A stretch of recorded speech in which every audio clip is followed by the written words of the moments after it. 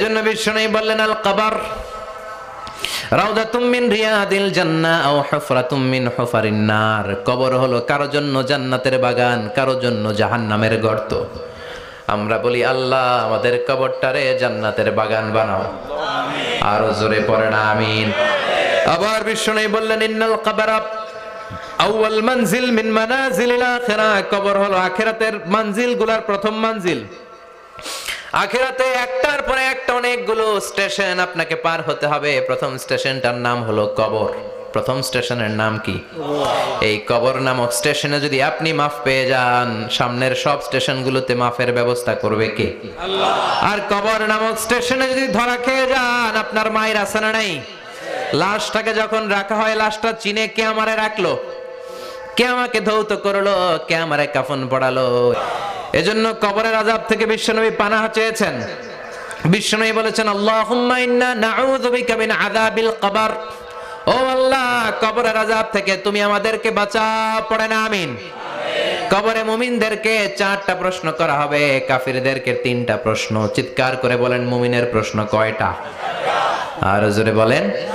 প্রথম প্রশ্ন মার রব্বুক, তোর রবের নাম কি? আমরা কি বলবো? আল্লাহ আমারে রব, এই রবি আমার সব, দমে দমে তনু মনে তারি অনুভব। আল্লাহ আমারে রব, এই রবি আমার সব, পড়েন আমিন। দ্বিতীয় প্রশ্ন আমার দিন, উত্তর দিনের নাম কি, ধর্মের নাম কি? তৃতীয় প্রশ্ন আমান হাযার রাজুল, এই লোকটাকে কে? আমরা বলবো মুহাম্মদ সাল্লাল্লাহু।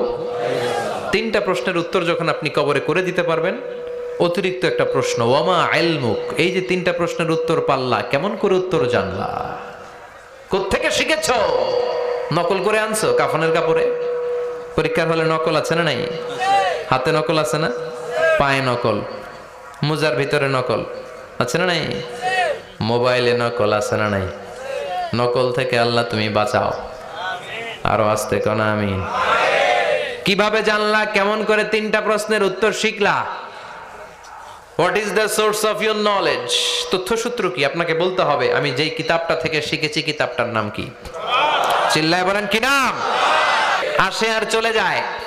প্রতিদিন মাইকে অ্যানাউন্স শুনি অমুক এলাকার অমুক লোক নাই, দাদা গেল, বাবা গেল, বড় ভাই গেল, আত্মীয় স্বজন গেল, আমাকেও যেতে হবে, এই চিন্তা মাথায় নাই। চিল্লায় এখন ঠিক কিনা? এজন্য লাইফটা হলো one time, one chance, second কোনো চান্স আপনাকে দেয়া হবে নাকি? কাফেররা বলবে ইয়া রাব্বি আরেকটা সুযোগ দেন, লাউ আন্না লানা কাররা ইয়ানি মাররা, আল্লাহ আরেকটা সুযোগ যদি পেতাম দুনিয়াতে ভালো করে আসতাম।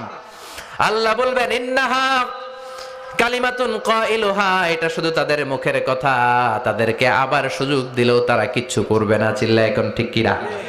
এজন্য একটা চান্স আমরা পেয়েছি, এই দুনিয়ার ওয়ান চান্সে আমরা ভয় পাবো একজনকে। চিল্লায় বলেন তিনি কে? আল্লাহ।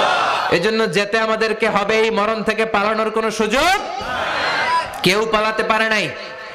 এই মরণ হলো আখিরাতের প্রবেশদ্বার। মরণ নামক পালকিতে চড়ে আমরা কবরের ভেতরে ঢুকি। মরণ হলো প্রথম পর্ব, কবর হলো দ্বিতীয় পর্ব। জোরে কোন ঠিক কিনা? এজন্য বিষ্ণু বললেন আল কবর রাউদাতুম মিন রিয়াদিল জান্নাহ আও হুফরাতুম মিন হুফারিন নার। কবর হলো কারো জন্য জান্নাতের বাগান, কারো জন্য জাহান্নামের গর্ত। আমরা বলি আল্লাহ আমাদের কবরটারে জান্নাতের বাগান বানাও, আরো জোরে পড়েন আমিন। আবার বিষ্ণু বললেন ইন্নাল কবর আউয়াল মানজিল মিন মানাজিলিল আখিরাহ। কবর হলো আখিরাতের মঞ্জিলগুলোর প্রথম মঞ্জিল।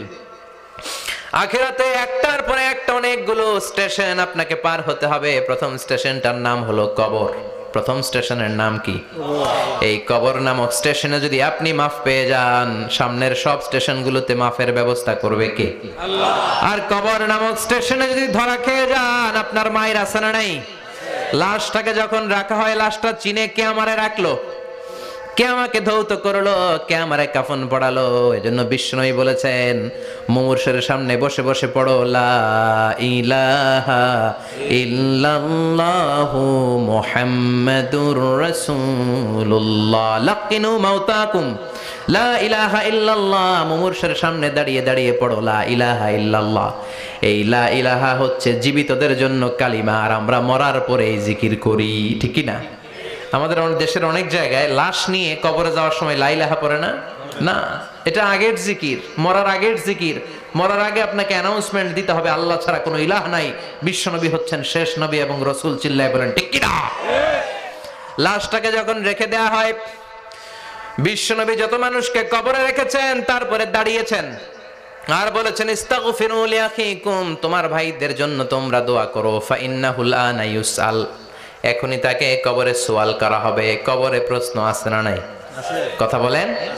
বিশ্বনবী খাদিজাতুল কুবরা, ওনার প্রথম স্ত্রী খাদিজাতুল কুবরা তাহেরাকে কবরের মধ্যে রেখে দিয়ে কাঁদতে শুরু করলেন, চোখের পানি ছেড়ে অনেক দোয়া করলেন।